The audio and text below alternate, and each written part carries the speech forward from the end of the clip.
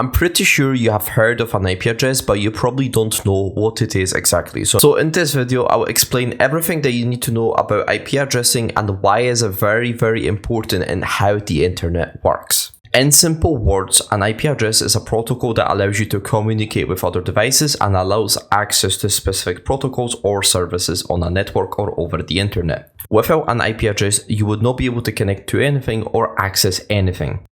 So whenever you actually connect to a website, you're connecting to something called a domain, and this gets translated into an IP address by a protocol called DNS. To make things easier, just think of a phone book that allows you to see who's who with what IP address and what domain name. Okay, now let's talk about your home network. In your home network, you most likely have something called a router or a modem that your ISP or your internet service provider gave you. That router is an important piece of equipment as that gives you access to the internet and Wi-Fi and so many other important things related to the internet and your home network. Now, in your home network, you have two kinds of IP addresses, private and public IP addressing. In my videos, you sometimes see me showing my IP address that starts with 192.168 something something. That is because that is my private IP address and it can only be accessed or used in my home network. It cannot be accessed from another network or from the internet. That is why it's completely safe to show your private IP address because it's useless outside of your home network.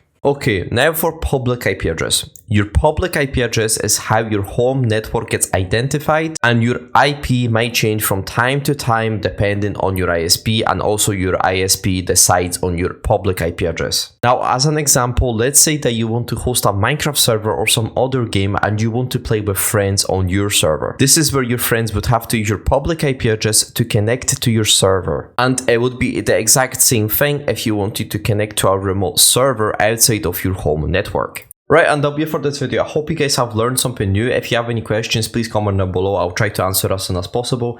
And if you would like to learn ethical hacking, please go to the description down below and there's a link for you. There's a course ready for you to learn ethical hacking from me. And thank you for watching and peace.